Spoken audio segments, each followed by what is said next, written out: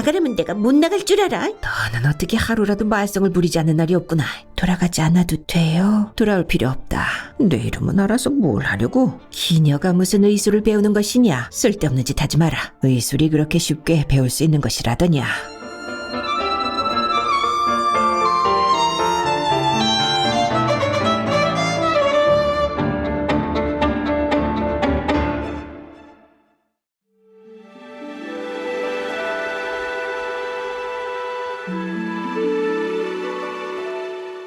세 번째 이야기.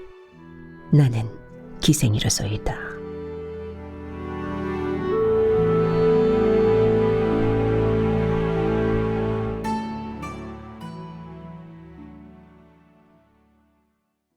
만덕은 때때로 어머니에게 달려가던 날밤을 생각하고는 했다. 어머니를 찾아가던 그날은 비바람이 세차게 불었다. 그런데 왜 나는 어머니가 살아있었다고 생각한 것일까? 밤새도록 내 머리를 쓰다듬어 준 것은 어머니가 아니라 영혼이었던 것일까? 생각해보면 어머니는 젊은 나이에 세상을 등졌다. 어머니의 나이 불과 35살이었다. 만덕은 어머니의 죽음을 생각할 때마다 초라하고 남루한 생각이 떠올라 가슴이 아팠다. 어머니는 가슴앓이를 하다가 죽었다. 어머니는 마지막에 눈이 우묵하게 들어가서 기침을 심하게 하다가 객결을 하고는 했었다. 이미 죽었는지 한나절이나 되었다. 우리가 너무 무심했구나. 외삼촌도 어머니의 죽음을 슬퍼했다. 아버지의 장례 때 돈을 다 써서 장례를 치를 여력이 없구나. 외삼촌은 어머니에게 배옷도 입히지 않고 관도 마련하지 않았다. 어머니를 가만히에 말아서 산으로 지고 올라갔다. 외삼촌, 어머니는 왜 상여에 모시지 않습니까? 만수 오빠가 외삼촌에게 물었다. 장례를 치르는 데는 돈이 많이 들어간다. 때거리도 없는 너희 집에 무슨 돈이 있니? 외삼촌이 퉁명스럽게 말했다. 만덕은 외삼촌의 뒤를 따라가면서 울었다. 마을 사람 몇이 따라와서 땅을 파고 어머니를 묻은 뒤에 봉분을 만들었다. 나중에 너희들이 돈을 벌면 무덤을 다시 세워라. 외삼촌은 무덤을 잊어버리지 말라고 판자 쪽으로 목비 하나를 세워주었다. 목비에는 유씨 지묘라고 씌어 있었다. 만덕은 두 오빠와 함께 고아가 되었다. 우리 식구도 건사하기 어려운데 조카들마저 고아가 되었으니. 외삼촌이 혀를 차고 만덕과 두 오빠를 데리고 가서 키우기 시작했다. 그러나 외삼촌의 집도 워낙 가난한 살림이라 조카들까지 돌볼 수 있는 형편이 못 되었다. 외삼촌의 집에서 살 때는 먹는 날보다 굶주리는 날이 더 많았다. 오빠, 배고파 죽겠어. 만덕은 매일같이 배가 고파서 울었다. 외숙모는 그들에게 음식을 주지 않고 구박했다. 어떻게 하니? 외삼촌네도 살림이 궁색한데. 만수 오빠가 만덕을 안아주면서 말했다. 아니야, 외숙모는 밥을 잔뜩 먹으면서 우리에게는 밥을 주지 않는 거야. 외숙모에게 쫓겨나면 우리는 갈 데도 없어. 외숙모는 우리에게 일만 시키고 있어. 그런 말 하지 말라니까. 외숙모가 들으면 화를 내신다. 들으라면 들으라지. 내가 뭐 틀린 말을 했나? 만덕은 외숙모에게 자주 매를 맞았다. 외삼촌은 밖에 나가 있을 때가 많아서 집안일은 잘 몰랐다. 외숙모는 집안의 설거지며 청소 같은 것을 모두 만덕에게 시켰다. 만덕이 말을 듣지 않으면 도끼 눈을 하고 머리를 때리거나 꼬집었다. 그러면서도 밥은 찬밥이나 누룽지만 먹게 했다. 왜 나는 찬밥만 주는 거야? 만덕은 외숙모에게 화가 나서 소리를 질렀다. 뭐가 어째? 애비 어미가 죽어서 거두어준 것도 모르고 대들어? 너 같은 것은 필요 없으니까 우리 집에서 나가. 나가려면 내가 못 나갈 줄 알아? 만덕은 외숙모에게 화를 내고 집을 나왔다. 그러나 집을 나오자 막상 갈 곳이 없었다. 만덕은 아버지와 어머니가 살던 집으로 갔다. 그 집은 아무도 살지 않아 먼지가 잔뜩 쌓여 있고 잡초가 허리까지 자라 있었다. 집으로 가자. 여기서 이러고 있다가는 굶어 죽는다. 쬐그만 놈이 외숙모에게 달려들면 어떡해? 외삼촌이 만덕을 데리러 왔다. 외숙모의 구박은 더욱 심해졌다. 만덕이 반발을 하자 머리채를 잡아당겨 패대기를 치고 회초리로 마구 때린 뒤에 광에 가두었다. 너는 어떻게 하루라도 말썽을 부리지 않는 날이 없구나. 외삼촌이 만덕을 꺼내고 혀를 찼다. 이렇게 살다가는 굶어 죽기 십상이다. 아무래도 너를 월중선에 종으로 보내야겠다. 거기서는 굶주리지는 않을 것이다. 외삼촌은 만덕을 천영루의 기생인 월중선의 여종으로 보내기로 했다. 만덕은 울면서 월중선의 집으로 향했다. 오빠들이 집 앞까지 따라 나와 배웅을 했다. 만덕은 작은 보퉁이 하나를 들고 외삼촌을 따라 월중선의 집으로 들어갔다. 그곳에는 천영루라는 현판이 걸려 있었다. 마을도 크고 번다 해서 집들이 많고 기와집도 즐비했다. 관청의 건물도 보이고 포졸들도 보였다. 만덕이 신기하여 주위를 두리번거리고 있을 때 외삼촌이 손을 잡고 천영루로 들어갔다. 천영루는 커다란 기와집이 여러 채였고 화려한 옷을 입은 여자들이 많았다. 아이를 데리고 왔습니다. 그저 밥이나 먹여주시고 종노릇을 하게 하십시오. 안채의 대청에 오순쯤 되어 보이는 여자에게 외삼촌이 목례를 하고 말했다. 기생들이 만덕의 차림을 보고 깔깔대고 웃음을 터뜨렸다. 만덕의 치마 저고리는 여기저기 해져 있고 머리는 산발하여 거지나 다름없었다.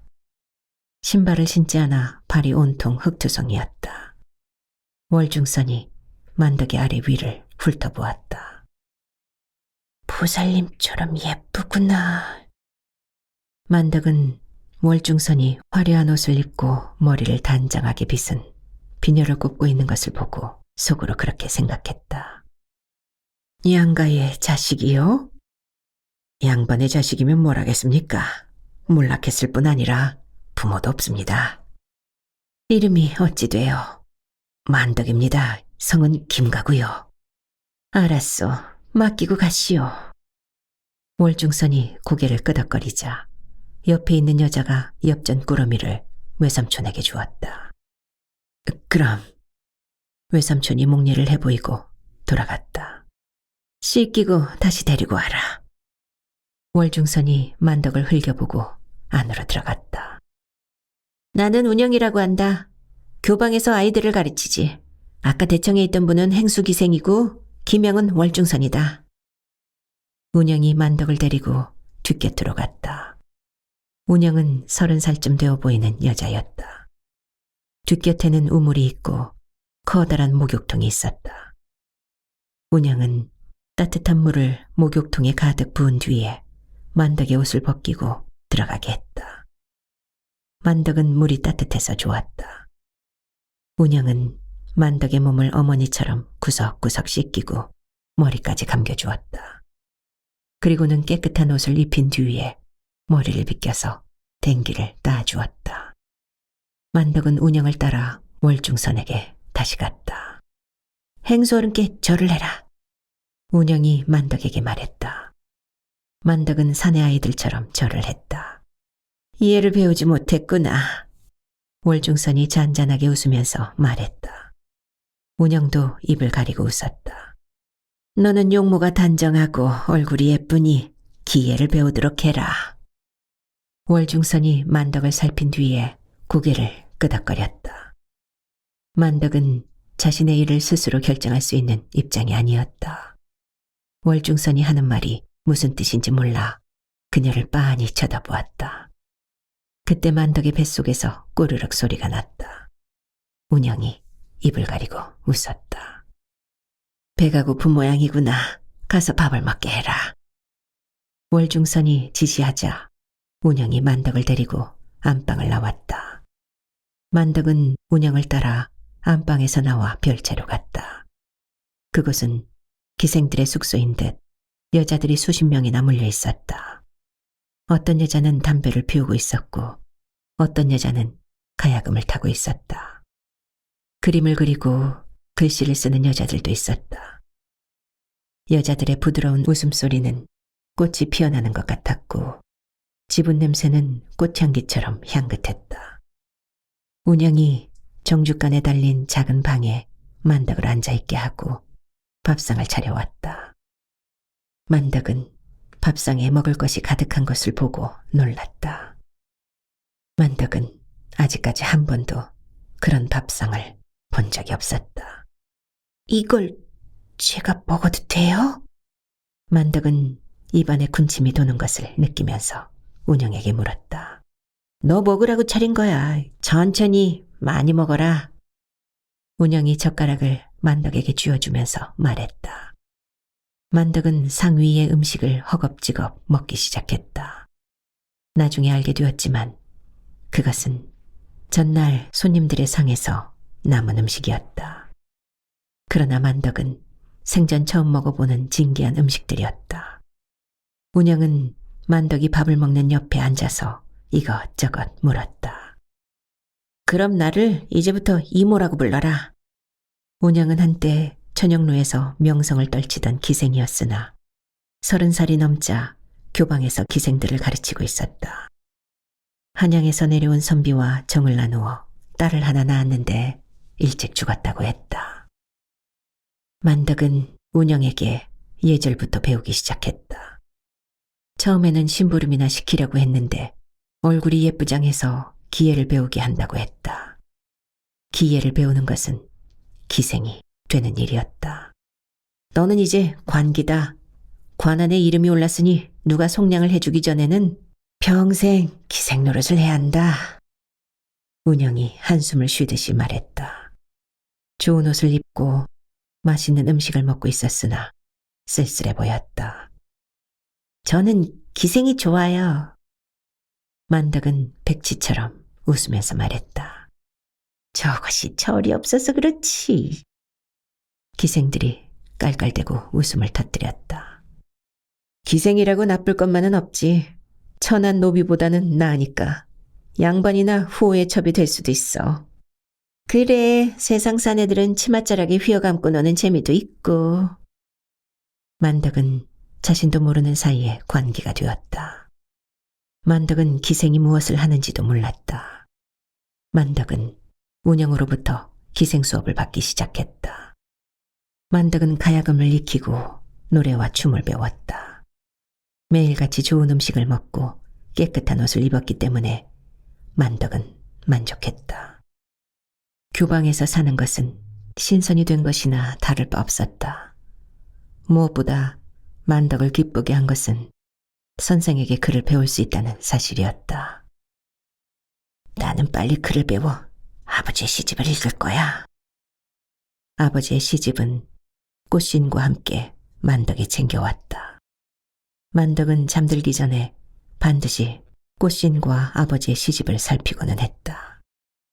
만덕은 교방의 동기들이 질투를 할 정도로 빠르게 기예를 익히기 시작했다. 어린 것이 영특하기 짝이 없다. 얼굴이 예쁘장한데 제2예까지 갖추었으니 잘하면 사내들의 애간장을 녹이겠구나. 제주의 황진이가 환생한 것인가. 월중선이 흡족하여 말했다. 저놈의 머리는 내가 얹어줘야겠어. 월중선의 서방인 조영득이 만덕을 살피면서 말했다. 조영득은 관노 출신인데 그 아버지가 제주 좌수를 지내 면천을 받은 자였다. 저 아이 머리를 얹어주려면 천냥을 내놓아야 돼. 월중선이 조영득에게 눈을 흘겼다. 서방에게도 돈을 받는 거야? 조영득이 누나를 부라리고 월중선을 윽박질렸다. 조영득과 월중선이 이상한 이야기를 해도 만덕은 귀담아 듣지 않았다. 만덕은 자신도 빨리 자라서 연회에 나가서 춤을 추고 노래를 부르고 싶었다. 기생언니들이 화려한 옷차림에 분단장을 하고 연회에 나가서 춤을 추고 노래를 하는 모습을 보자 자신도 마음껏 기회를 뽐내고 싶었다. 그러나 기녀들은 가무와 기회를 익혀 남자들에게 봉사하는 여인들이었다. 겉보기에는 화려해 보였으나 남자들을 즐겁게 하는 여자에 지나지 않았다. 기생들은 13세에서 16세가 되면 양반이나 관리들에게 억지로 순결을 바친다. 천영루 교방에 있는 기생 산홍도 관례를 올리고 신임 제주 목사의 수청을 들었다. 산홍은 다음 날 목을 매어 자결했다. 14세에 성인하니 내가 짐승 같았더라. 14세에 남자를 몸속에 받아들인 일이 짐승과 같았다고 통곡하더니 기어이 목숨을 끊은 것이다. 만덕은 비로소 기생들의 삶이 화려하지 않다는 사실을 알게 되었다. 겉으로는 춤과 노래, 시와 술로 화려한 일생을 보내는 듯하지만 대부분의 기생들은 남자들의 놀이개로 일생을 살아야 했다. 많은 남자들이 하룻밤 풋사랑을 나누고는 기생들을 버렸다. 술과 무절제한 성생활로 인해 병이 생기고 덕지덕지 바른 분단장으로 인해 수은이나 납중독을 앓는 여자들도 있었다. 젊었을 때는 남자들이 비단과 폐물로 환심을 사지만 늙으면 아무도 돌아보지 않아 비참하게 살아야 했다. 기생들은 말하는 꽃, 말을 알아듣는 꽃이라고 하여 해어화, 길가의 버들가지와 담 밑에 핀 꽃이라 누구나 꺾을 수 있다고 하여 노류장화라고 불렀다. 기생들은 사랑을 할 수도 없었다. 천영로에 있는 기생 금홍은 한양에서 내려온 이명원을 사랑했다.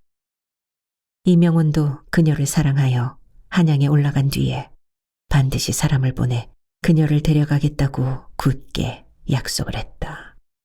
그러나 1년이 지나고 2년이 지나도 이명호는 사람을 보내지 않았다. 금몽은 기다리다가 지쳐 몰래 배를 타고 육지로 가서 천리를 걸어 한양에 이르렀다. 희이고 뽀얀 얼굴에는 뗏물이 흐르고 입성은 남루했다. 부산에서 한양까지 건너라고 발이 부르트도록 걸어서 한양에 이르러 이명원을 만났다. 이명원은 교리의 벼슬에 있었으나 금홍이 찾아오자 깜짝 놀랐다. 금홍아! 이명원은 금홍을 남대문 밖의 초가에 머물게 했다. 서방님! 금홍은 이명원을 만나자 눈물이 왈칵 쏟아졌다. 제주에서 배를 타고 부산에 이르러 다시 한양까지 천리가 넘는 길을 걸어와 이명원을 만나자 눈물이 비 오듯이 흘러내린 것이다. 서방님이 저를 데려가시지 않아 이렇게 천리길을 왔어요. 금홍은 이명원의 품에 안겨 몸부림을 치면서 울었다. 내가 너를 거둘 수만 있다면 얼마나 좋겠느냐.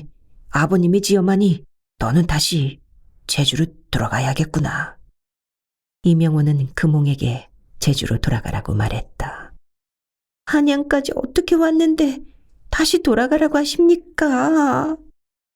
아버님의 영이 지어마니 너를 거둘 수가 없다. 정녕 저를 버리려 하십니까? 아니다. 돌아가서 기다리고 있으면 너를 데리고 올 것이다. 금홍은 한양에서 이명원과 하룻밤을 지낸 뒤에 다시 제주로 돌아왔다.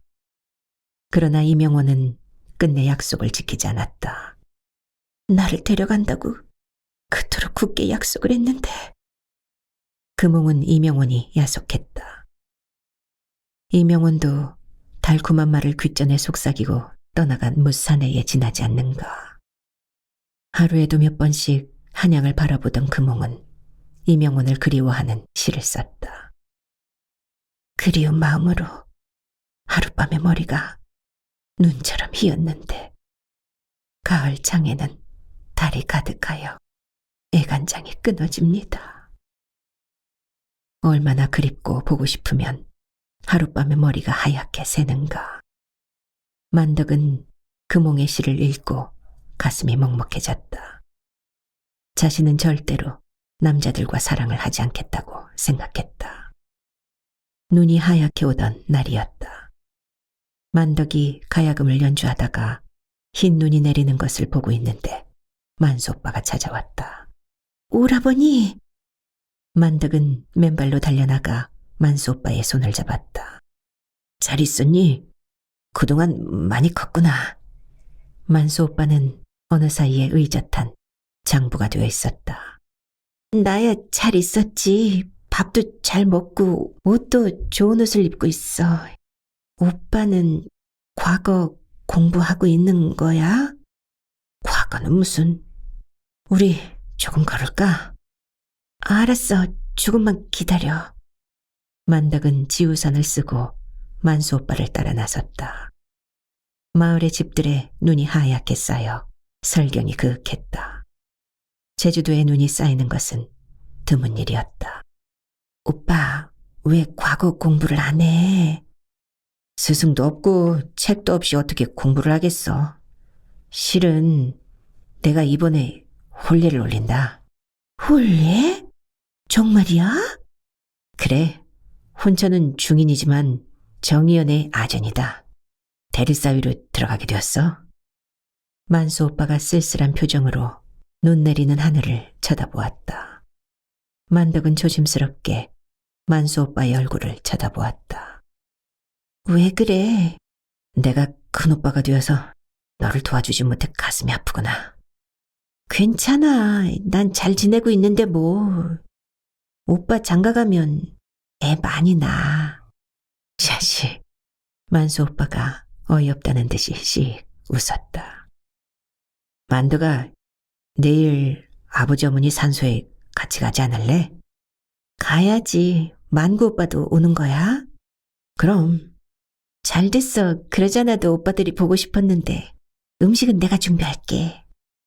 만덕은 만수 오빠와 오랫동안 눈이 내리는 길을 걷다가 돌아왔다. 만수 오빠를 만난 것이 몇 년 만에 처음이라 흥분이 가시지 않았다. 눈이 오고 있기 때문인지 기루에는 손님이 오지 않았다. 만덕은 밤이 되었어도 쉽사리 잠이 오지 않았다.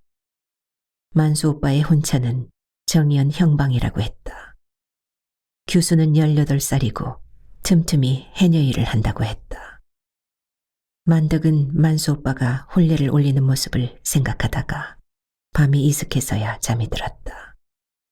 이튿날 만덕은 부엌에서 제사에 쓰일 음식을 준비해 아버지와 어머니의 산소로 갔다.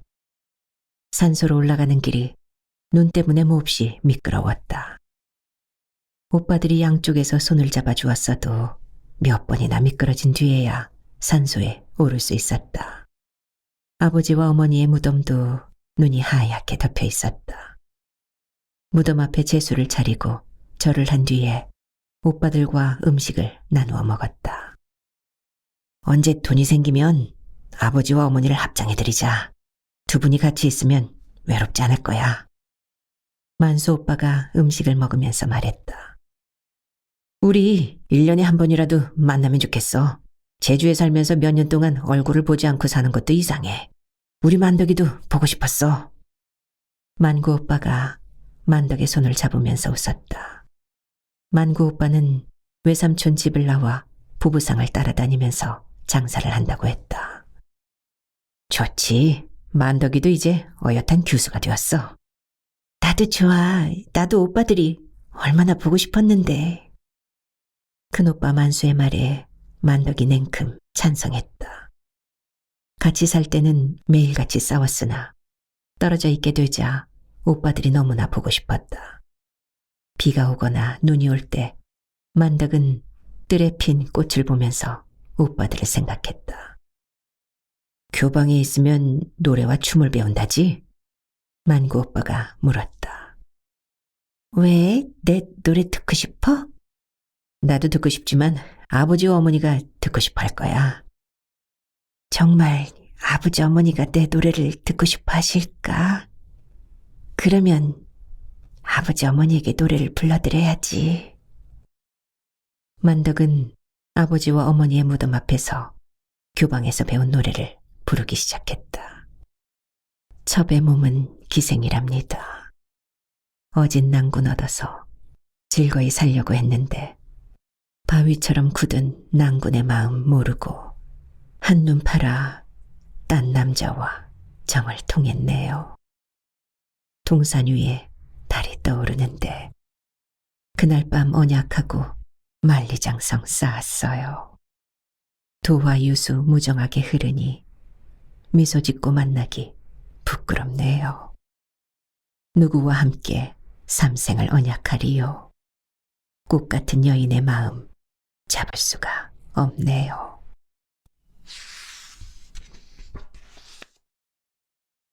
네 번째 이야기. 병을 다스려 세상을 구하다. 만덕이 천영로에 온 지 여러 해가 지났다. 만덕은 기예를 익히면서 많은 책을 읽었다. 이상하게 책을 읽는 것이 좋았다. 그날도 만덕은 책을 읽다가 무심결에 하늘을 쳐다보았다. 장마가 지려고 하는 것일까? 서쪽 하늘에 잿빛 구름이 몰려오면서 사방이 어둠침침하고 뜰 앞에 오동나무 잎사귀가 바람에 검푸르게 나부끼고 있었다. 비가 많이 오겠구나. 만덕은 보부상을 따라다니고 있을 만고 오빠가 걱정이 되었다. 건넌방에서는 제주 목사 일행이 술을 마시고 있었다. 하루 종일 육방 이속들과 나졸들을 거느리고 고을을 순시한 신관 제주 목사였다. 본격적인 장마철이 시작되면 언제 폭우가 쏟아져 백성들이 수재를 당할지 몰라 하천에 둑을 보수하고 물길을 만들어야 한다. 또한 산이 가파른 곳에 살고 있는 사람들은 다른 곳으로 이주시켜야 했다. 장마가 지면 산사태를 만나 죽을 수도 있었다. 신관사또가 명관인 모양이지. 수제를 준비하는 것을 보면. 운영이 옆에 앉아서 술을 놓다가 만덕을 건너다 보았다. 만덕은 인력의 세필로 날씨 등을 기록하고 있었다. 만덕이 글을 배우고 나서 처음으로 한 일이 인력을 기록하는 일이었다. 이모, 작년에도 이맘때 큰 비가 왔어요. 만덕이 고개를 들고 운영에게 미소를 지어 보였다. 정말 예쁘게 컸구나. 이제는 꽃봉오리가 되어 터지려고 하는구나. 운영은 만덕을 보자 눈이 부신 듯한 기분이 들었다. 만덕의 나이 16이 되었으니 이제는 관례를 올려야 한다. 벌써부터 제주에서 행색계나 하는 한량들이 꽃처럼 피어나고 있는 만덕에게 눈독을 들이고 있었다. 인력에 다 기록되어 있니? 운영이 자상한 목소리로 물었다. 운영은 몇 년 동안 만덕을 돌보면서 만덕이 딸 같은 느낌이 들었다. 그것은 월중선도 마찬가지여서 관례를 올릴 나이가 되었는데도 허락하지 않고 있었다. 네, 비가 얼마나 왔는지 다 기록해 두었어요. 작년 이맘때는 비가 한되나 왔어요. 만덕이 작년 인력을 들여다보면서 말했다. 신기도 하네. 그건 왜 그렇게 꼼꼼하게 기록하는 건데? 이걸 10년만 기록해 놓으면 언제 비가 오고 바람이 크게 부는지 예측할 수 있어요. 그러면 배를 타는 사람이나 농사를 짓는 사람들에게 다 도움이 될 거예요. 네가 배를 타는 것도 아니고 농사를 짓는 것도 아니잖아. 그걸 기록해서 어디에 쓰려는 거야? 몰라요. 그냥 기록하고 싶어요. 만덕은 다시 밖을 내다보았다. 아버지가 돌아가시던 날은 비바람이 세차게 불었었다. 아버지가 언제 바람이 불고 비가 올지 미리 알았다면 바닷길에서 죽지 않았을 것이라고 생각했다. 이모, 오늘부터 내리는 비는 큰 비예요. 매양아, 큰 비가 오는 것을 네가 어떻게 알아? 점심때 보니까 땅속에 집을 짓고 사는 개미가 나무 위로 올라가고 있었어요. 이는 큰 비가 와서 개미집이 물에 잠길 징조예요. 그러니 개미가 미리 피신을 하는 것이 아니겠어요? 신기하네. 개미와 같은 미물들이 비가 오는 것을 어떻게 알까? 하늘의 기운, 땅의 진동으로 알고 있어요. 운영이 감탄을 했다는 듯이 고개를 끄덕거렸다. 빗발이 뿌리기 시작한 것은 자정이 되기 전의 일이었다. 만덕은 잠을 자다가 말고 벌떡 일어나 밖을 내다보았다. 밖에는 소나기가 장대질을 하듯이 세차게 쏟아지고 있었다. 이미 비가 오는 양을 측정하기 위해 추구기를 설치해 두었다. 비가 내리는 시간과 비의 양을 측정하면 얼마나 많은 비가 왔는지 알 수 있었다. 비는 6월 내내 쉬지 않고 내렸다. 하루 이틀 날이 밝았다가는 다시 비가 내리기를 계속했다. 비가 너무 많이 와서 천영루에도 손님이 별로 없었다. 천영루에는 관리들도 많이 오지만 상인들도 많이 왔다. 비 때문에 무태서 온 상인들이 없었다. 그러나 7월이 되자 장마철이 끝나 상인들이 다시 몰려오기 시작했다. 말썽을 부리던 생강 상인도 비가 그치자 쫓아버렸다. 생강 상인은 2달 전에 생강을 배에 가득 싣고 건이포에 배를 댔다. 그는 객주에게 생강을 판 뒤에 기분이 좋아서 천영루를 찾아왔다. 그런데 천영루의 기생 금계가 생강 상인이 돈이 많은 것을 보고 그를 유혹했다. 생강 상인은 하룻밤만 기루에서 보낼 생각이었으나 금계가 온갖 교태를 부리자 나흘을 머물렀다. 그러자 장마철이 시작되어 배를 바다에 띄울 수 없었다. 생강 상인은 어차피 배를 띄울 수 없게 되자 금계와 밤이나 낮이나 함께 지내더니 생강 판 돈을 모두 탕진했다. 에이, 내가 기생에게 빠져 돈을 모두 날렸구나. 대체 그놈의 옥문이 어떻게 생겼는지 밝은 날에 구경이 나자. 생강 상인이 금계에게 옥문을 보여달라고 청했다. 망측하게 무슨 말씀이에요? 금계가 눈을 흘기며 벌쩍 뛰었다. 내 생강을 모두 먹어치운 옥문을 보려는 것이다. 안 될 일이야요. 어찌 그런 짓을 합니까? 그럼 나도 돌아가지 않겠다. 옥문을 보여주면 떠나실 거예요? 떠난다. 금계는 그렇게 해서 치마를 걷고 생강상인에게 옥문을 보여주었다. 그러자 생강상인이 시 한 수를 지었다. 멀리서 보니 늙은 말에 눈 같더니 가까이 보니 구름 든 환부 찢은 상처 같구나. 양쪽 어디에도 이빨이 없는데 내 배의 생강을 다 먹어치웠구나. 금계는 그 시를 보고 화를 벌컥 낸 뒤에 생강상인을 쫓아버렸다. 만덕은 생강상인의 시가 절묘하다고 생각했다. 진해에 온역이 나돈 것은 장마가 끝나고 얼마 되지 않았을 때의 일이었다. 장마가 그치고 본격적인 무더위가 시작되면서 한낮은 날씨가 무더웠다. 운영이 갑자기 춥고 떨린다면서 자리에 누웠다. 만덕은 운영의 옆에서 밤새도록 간병을 했다. 이튿날 아침이 되자 운영의 뺨에는 작은 부스럼까지 생겼다. 만덕은 운영을 업고 천영루에서 가까운 의원에게 갔다. 의원 집에는 벌써 많은 환자들이 몰려와 있었다. 의원은 어미 품에 안겨있는 67살쯤 된 아이를 진맥하고 있었다. 처음 증세는 등 쪽이 조금 춥고 떨렸습니다. 어미가 증세를 의원에게 말했다. 아이의 어미는 안절부절 못하고 있었다. 다음에는 어떠했소? 의원이 어미에게 물었다. 머리와 이마가 어지럽고 부었습니다. 두의 퀴장이로다. 다음을 말해보시오. 가슴과 복부가 가득 찬 듯 하였습니다. 흉격 비만이다. 손가락이 아프고 마비되는 듯 하지는 않았느냐? 그렇습니다.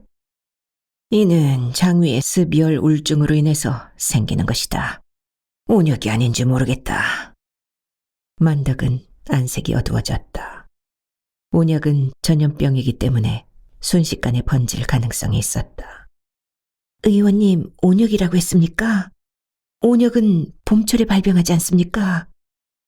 옆에 있던 환자들이 웅성거리면서 눈을 크게 떴다. 아이의 어미도 공포에 사로잡히는 표정으로 변했다. 온역이 심해지면 두창과 부스럼이 생기고 고열 때문에 죽는 병자가 발생한다.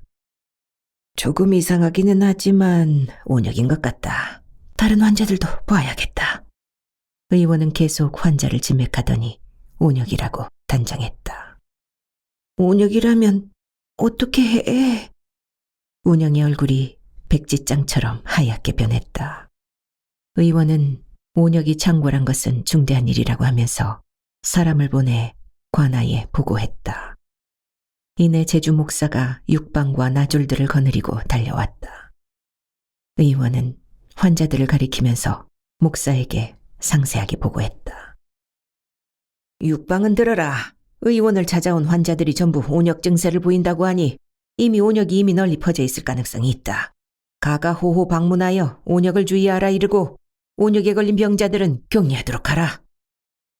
목사가 육방 관속에게 영을 내렸다. 예. 육방이 일제히 고개를 숙이고 물러갔다. 그러나 온역은 이미 제주 일대에 널리 퍼져 있었다. 오후가 되자 수많은 병자들이 수레와 들것에 실려 의원을 찾아왔다. 제주는 온역이 창궐했다는 소문이 퍼지면서 발칵 뒤집혔다. 제주 목사는 온역이 발생한 집을 폐쇄하고 사람들을 돌아다니지 못하게 했다. 의원은 목사에게 제주에 있는 의원들을 자신에게 보내달라고 청했다. 환자들이 먹을 음식, 그릇, 음식물을 끓일 솥을 준비하고 관노들에게 그 일을 하게 했다. 의원님, 우리 이모는 회복되겠지요? 만덕이 바쁘게 돌아다니는 의원에게 물었다.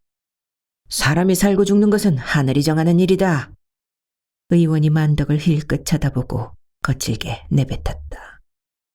만덕은 의원의 냉랭한 태도에 한숨을 내쉬고 운영의 옆에 앉았다. 매양아, 온역이라는데 여기 있으면 어떡하니? 잘못하면 너도 온역에 걸려. 운영이 해쓱한 얼굴로 만덕을 쳐다보며 말했다. 이모가 아픈데 어떻게 돌아가?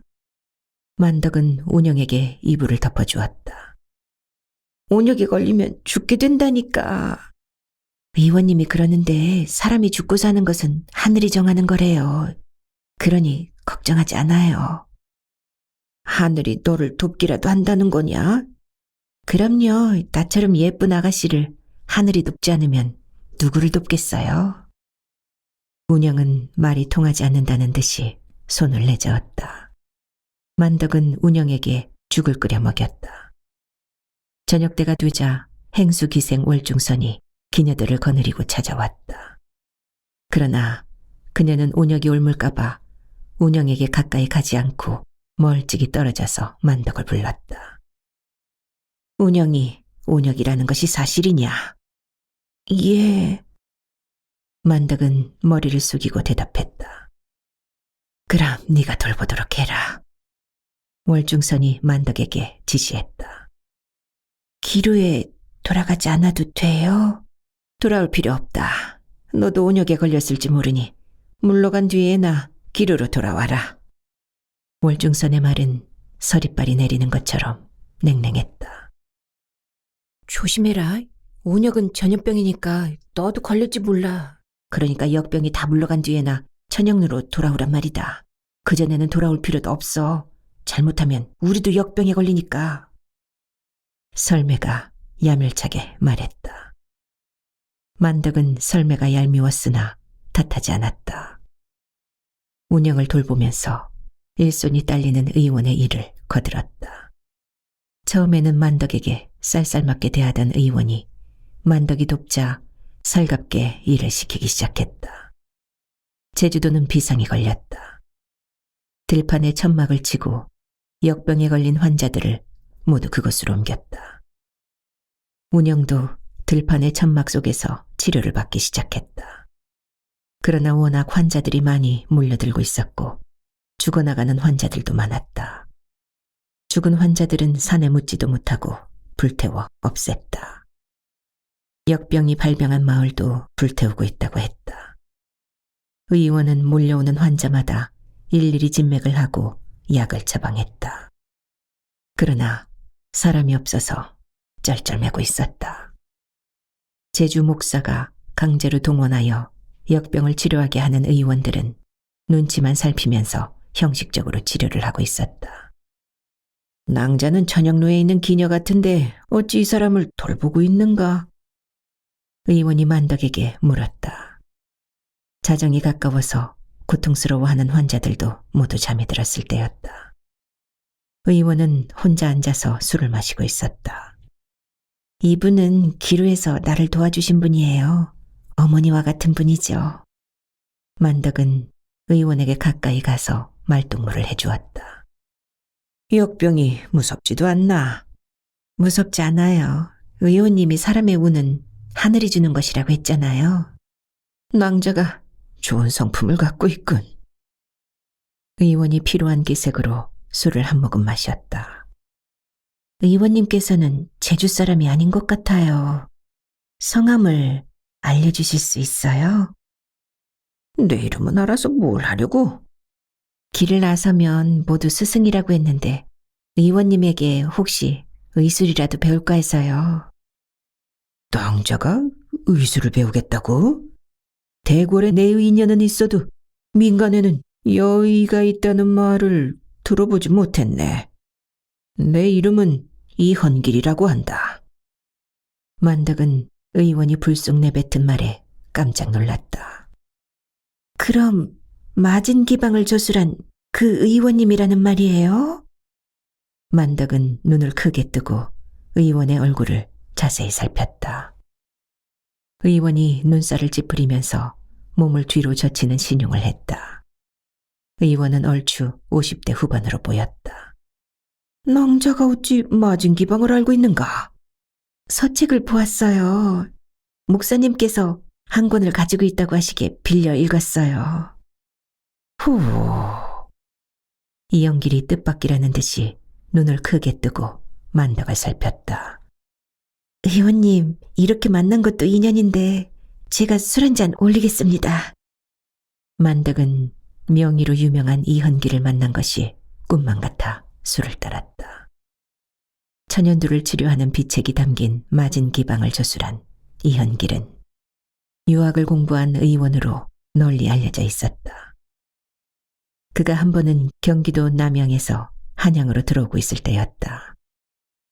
휘적휘적 걸어서 흥인문 안으로 들어서는데 여느 때와 달리 인적이 괴괴하고 거리가 조용했다. 마치 꿈속의 일인 듯 병풍 속의 풍경인 듯 한양의 질비한 기와집과 초가가 고즈넉하게 가라앉아 있었다. 한양이 왜 이리 조용한고? 귀한 일일세. 이연길은 고개를 갸우뚱하고 장덕궁 쪽으로 걸음을 떼어놓았다. 그때 한 사내가 가만히 둘둘 마른 시체를 지고 오는 것이 보였다. 상여를 중비할 수 없는 가난한 천민이라는 것을 알 수 있었다. 누가 상을 당한 게로구나. 이영길은 지게를 지고 오는 중년 사내에게 길을 비켰다. 거리가 고즈넉하여 기분이 이상했다. 그러다 조금씩 사람들이 오가고 있었다.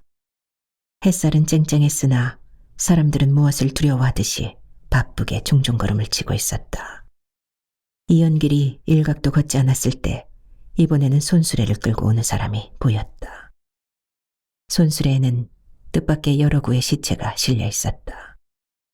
줄초상이 났나? 왜 시체를 수레에 실어 나르는 거야? 이연길은 가슴이 철렁하면서 소름이 쫙 돋았다. 그가 종묘 뒤쪽에 이르자 상여가 나가고 있었다. 만장이 두억에 서고 상여 뒤를 따르는 사람도 있었으나 어딘지 모르게 상여 행렬이 초라해 보였다. 제상을 지낸 심대감 상사인데 사람들이 없군. 이 판에 사람들이 오겠나? 친척들도 오지 않았다고 하더군. 상여를 따라가는 사람들 중에 가장 뒤에 있는 젊은 사대부들이 수군거렸다. 그들의 얼굴도 불안하고 두려워 보였다. 상주들도 곡조차 하지 않고 묵묵히 상여 뒤를 따르고 있었다. 창덕궁 앞을 지나 사직동에 이르자 소달구지의 시체를 싣고 가는 사람들이 보였다. 그들은 특별한 준비도 없이 괭이와 삽을 들고 가고 있었다. 달구지에는 어른과 어린아이 시체가 여러 구였는데 가만히에 덮여 있었다. 한 가족이 모두 참사를 당한 것 같았다. 여보시오, 잠깐 말 좀 물읍시다. 이영길은 소달구지를 끌고 가는 사람에게 말을 건넸다. 무슨 일이십니까? 이현길이 정이품, 종이품의 벼슬아치나 종친이 달았던 관자를 하고 있는 것을 보고 사내가 공손하게 물었다. 한양에 역병이라도 들었소. 어찌 줄초상이 난 것이요? 어디서 오신 양반이요? 한양에 윤질이 돌아 많은 사람들이 죽어가고 있습니다. 속히 댁으로 들어가서 문을 닫아가십시오.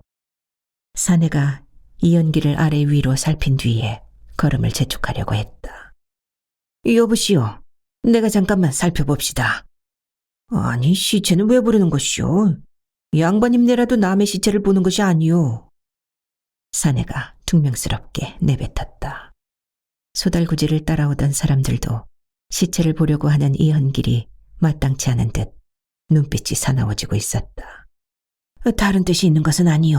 나는 의원이 외다. 한양에 처음 들어왔는데 오늘 여러 차례 시체를 보았소. 사람들이 무슨 병으로 죽었는지 보려는 것이오. 이연길은 가마니를 들추고 시체들을 살폈다.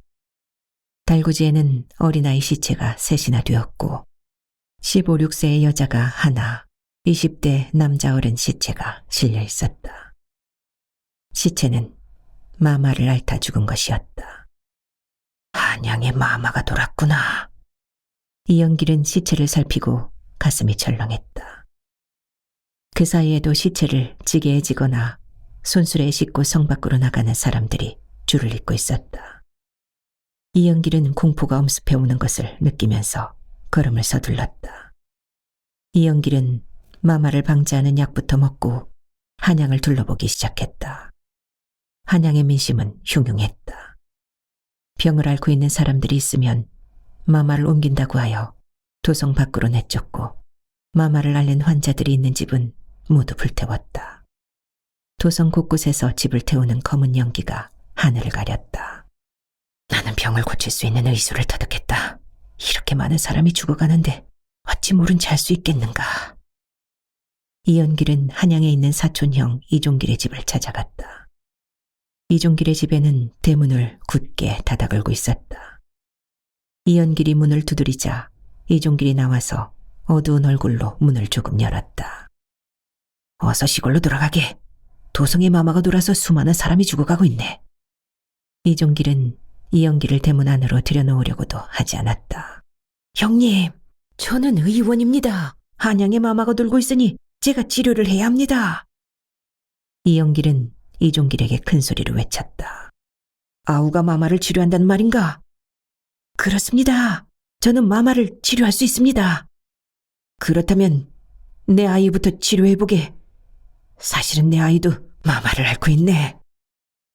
이종길은 그때서야 황급히 대문을 열고 이연길을 들여보게 했다. 이연길이 내당에 가서 병상에 누워있는 아이를 살펴보자 5, 6세 된 계집아이였다. 아이의 상처는 벼룩에게 물린 것 같은 커다란 반점 모양의 출혈을 동반한 붉은색을 띠고 있었다. 초기 발열 단계를 지난 것이다. 마마는 두창이라고도 부르는 천연두를 일컫는 것으로 걸리면 조선시대에는 대부분이 죽는 무서운 전염병이었다. 어떤가? 치료할 수 있겠는가?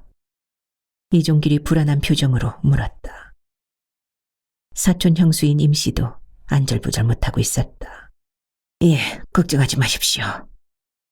이연길은 행랑을 풀고 손을 씻은 뒤에 이종길의 딸을 치료하기 시작했다.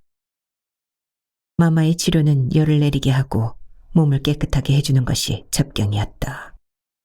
이종길의 딸은 이틀이 지나자 차도가 있고 나흘이 지나자 일어나 앉을 정도로 좋아졌다. 고맙네. 아우님이 의원이라는 말을 들었지만 이렇게 고명한 의원인지는 몰랐네. 이종길이 이연길의 손을 잡고 무수히 절을 했다. 형님, 이 아이가 저에게는 사촌 조카이기도 합니다. 마침 제가 한양에 올라오던 길이라 치료를 할 수 있었습니다. 지금 도성에서 많은 사람들이 마마로 죽어가고 있습니다. 제가 치료를 하겠으니 집을 좀 빌려주십시오. 이영길은 이종길의 행랑채를 빌려 환자들을 치료하기 시작했다. 그가 치료를 하자 많은 사람들이 회복되었다. 용한 의원이다. 마마를 고치는 의원이 나타났다. 장안의 소문이 퍼지면서 환자들이 무리를 지어 몰려왔다. 이연길의 의술은 가히 비법이라고 할 만하여 그에게 치료를 받은 마마 환자들이 대부분이 완치되었다. 불과 열흘 만에 수백 명의 마마 환자들이 완치되자 그가 치료를 하는 곳으로 환자들이 구름처럼 몰려왔다. 우리 아들 좀 치료해 주시오. 우리 아들 좀 치료해 주시오. 우리 아들은 대를 이어야 할 혈손이요. 이현길이 치료를 하는 이종길의 집 대문 앞으로 환자들이 구름대처럼 몰려들어 애걸하고 매달렸다. 그러나 치료를 받는 것도 순서가 있었다. 조정의 높은 벼슬아치들이나 부자들은 일찍 치료를 받았으나 천민들은 해가 진 뒤에야 간신히 이연길의 얼굴을 볼 수 있었다. 부잣집의 하인들이 함부로 천민들을 밀어내고 먼저 치료를 받았기 때문이었다. 그러나 이연길은 몇 마디 말만 나누어도 금세 증상을 알아서 처방을 해주었다. 우리 마을에 와서도 치료를 해주십시오. 의원께서 오시지 않으면 우리 마을은 한 사람도 살아남지 않습니다. 이현길의 처방으로 수천 명의 환자들이 완치되자 마을마다 다투어 이현길을 찾아왔다. 이현길이 길을 나서면 치료를 받기 위해 많은 사람들이 뒤를 따랐기 때문에 마치 벌떼가 움직이는 것 같았다. 온다! 신이가 온다! 이현길을 따라오는 사람들로 인해 뿌연 먼지가 하늘을 가리자 다른 이들은 멀리서 먼지만 보고도 이현길이 온다는 것을 알 수 있었다. 이현길은 한양에서 마마에 걸린 환자들을 치료하고 고향인 경기도 남양으로 돌아왔다. 하루는 이현길이 경기도 마석에 이르렀을 때 점잖은 선비가 그를 집으로 불러 아이를 진맥하게 했다. 이 아이의 병이 나을 수 있겠습니까? 한번 봅시다. 이 아이의 이름이 어떻게 됩니까? 이연길은 아이의 얼굴을 살피며 물었다. 아이의 얼굴에는 콩알 같은 반점이 맺혀 있고 피까지 배어 있었다. 병이 상당히 깊은 것이다. 야경이라고 합니다. 벌써 며칠째 의식을 놓고 있습니다. 병이 중하기는 합니다만 치료가 되니 심려하지 마십시오. 이연길은 소년을 정성껏 치료했다. 이 소년이 훗날에 다산 정약용으로 이현길에게 생명을 구원받았다고 하여 몽수전이라는 기록을 남긴다. 몽수는 이현길의 자이다. 이현길이 마마를 치료하자 그를 모함하고 시기하는 자들이 나타났다. 이에 충격을 받은 이현길은 종적을 감추어 버렸다. 이현길이 잠적해버리자 성안이 발칵 뒤집혔다. 저작거리에서 사람들이 삼삼오오 모이기만 하면 이현길이 어디로 사라졌는지에 대한 이야기가 끊이지 않았다. 그때 한 사내가 사람들을 향해 소리를 질렀다. 내가 의원이 어디 있는지 알고 있어. 어디야? 의원이 어디 있어? 나를 따라오시오. 사람들이 사내를 따라 몰려가면서 소리를 질렀다. 그들은 이현길이 있는 곳으로 몰려가 문을 부수고 나오게 했다. 이보시오, 의원. 의원이 환자를 두고 도망갈 수 있어. 양반은 고쳐주고 우리 같은 천민은 고치기 싫다는 거요. 사람들이 삿대질을 하면서 이현길에게 욕설을 퍼부었다. 저런 인간은 때려주게 해. 흥분을 감추지 못한 몇몇 사람들이 이현길을 몽둥이로 때리려고 했다. 그러나 대부분의 사람들이 의원에게 무슨 잘못이 있느냐고 만류했다. 이현길은 자신이 종적을 감춘 일을 사과하고 사람들에게 일일이 병의 증상을 묻고 처방을 해주었다. 사람들은 그때서야 분이 풀려 물러갔다. 명의로 한양에서도 명성을 떨치고 있었는데 제주도에 내려와 있었던 것이다. 선생님, 저는 기녀입니다. 역병이 돌았다고 물러가기 전에는 돌아오지 말라고 합니다. 선생님께 의술을 배우고 싶습니다. 만덕은 이현길이 전설적인 의원이라는 사실을 알게 되자 의술을 배우고 싶었다. 어머니가 병을 앓다가 죽었으나 치료를 제대로 받지 못해 죽었던 것이다. 의술이 그렇게 쉽게 배울 수 있는 것이라더냐. 선생님께서 의술을 가르쳐 주신다면 무슨 일이든지 하겠습니다. 내 나이 이미 갑자가 가까운데 무엇을 바란다는 말이냐. 이연길은 잔잔하게 웃으면서 고개를 흔들었다. 그러나 만덕은 이연길의 옆에서 온갖 시중을 들면서 의술을 배우기 시작했다. 이연길 같은 명의를 만난 것은 꿈에도 바랄 수 없는 일이었다. 이연길은 온화하면서 정이 많은 사람이었다. 제주에서 온역이 물러간 것은 거의 석 달이나 걸려서의 일이었다. 그러나 많은 환자들이 온역으로 죽은 뒤의 일이었다. 병을 다스려 세상을 구하는 것을 치병제중이라고 한다. 이연길은 만덕에게 의술을 가르치기 시작했다. 온역을 치료하는 동안 만덕이 옆에서 모든 시중을 들었기 때문이었다.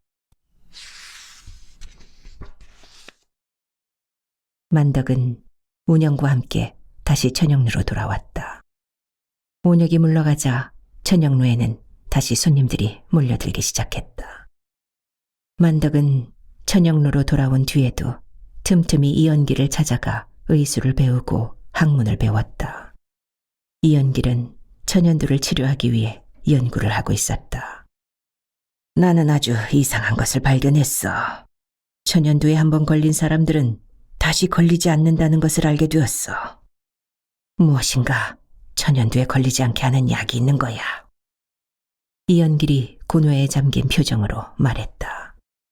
내가 제주도에 온 것은 여기 사람들이 천연두에 잘 걸리지 않는 것을 보고 왜 그런지 이유를 알기 위해서 온 거야. 그런데 묘하게도 천연두에 걸리지 않는 사람들은 소를 키우고 있었어. 천연두 치료가 소하고 관련이 있나요? 아직 더 조사를 해야 하지만 소젓하고 관련이 있는 것 같아. 이연길은 천연두에 걸리지 않는 약을 만들려고 하고 있었다. 기녀가 무슨 의술을 배우는 것이냐? 쓸데없는 짓 하지 마라. 오늘부터는 의원에게 가지 마라. 하루는 월중선이 만덕에게 호통을 쳤다. 만덕이 이연길에게 의술을 배우러 다니자 다른 기녀들이 시샘을 하고 있었다. 설매를 비롯하여 다른 기생들이 모두 만덕이 의술을 배우는 것을 싫어했다. 행수마님, 지금 침수를 배울 때인데 조금만 더 배우고 오게 해주십시오. 만덕은 월중선에게 사정을 했다. 의술을 배우러 다닐 시간이 있으면 기예나 제대로 배우도록 해. 월중선이 냉랭하게 소리를 질렀다. 만덕은 월중선 때문에 이연길에게 의술을 배우러 갈 수 없었다. 만덕은 월중선은 이해할 수 있었으나 동료 기생들이 자신이 의술을 배우지 못하게 하는 것이 야속했다. 하루는 월중선이 배앓이를 심하게 했다. 운영이 이연길을 부르러 갔으나 그는 약초를 채취하러 떠나서 돌아오지 않고 있었다. 매양아, 네가 한번 살펴봐라. 운영이 만덕에게 말했다. 만덕이 월중선을 보자 얼굴이 해쓱하게 변해 있었다. 만덕이 월중선의 맥을 잡자 토사광란이었다. 낮에 먹은 과일이 위에 경련을 일으킨 것이다. 매양이 무슨 의원이야? 잘못하면 사람 잡지. 설매가 눈초리를 세우고 비아냥거렸다. 만덕은 월중선에 토사광란을 치료하고 싶지 않았다. 그러나 월중선이 배를 움켜쥐고 고통스러워하는 것을 보자 침을 놓고 약을 쪄 먹였다. 월중선은 밤새도록 끙끙 앓더니 새벽녘에야 안정이 되어 잠이 들었다. 오늘부터 의술을 배워라. 배워두면 요긴하게 쓰이겠구나. 월중선은 이튿날 아침 만덕이 의술을 배우러 다닌 것을 허락했다. 의술을 배우면 사람을 살릴 수가 있구나. 만덕은 그때부터 더욱 열심히 의술을 배웠다. 그녀는 총명했기 때문에 빠르게 의술을 배워 환자들을 진맥하고 치료했다. 기생의 의술이 스승보다 낫다. 만덕에게 치료를 받은 사람들이 그녀의 의술에 감탄하여 말했다.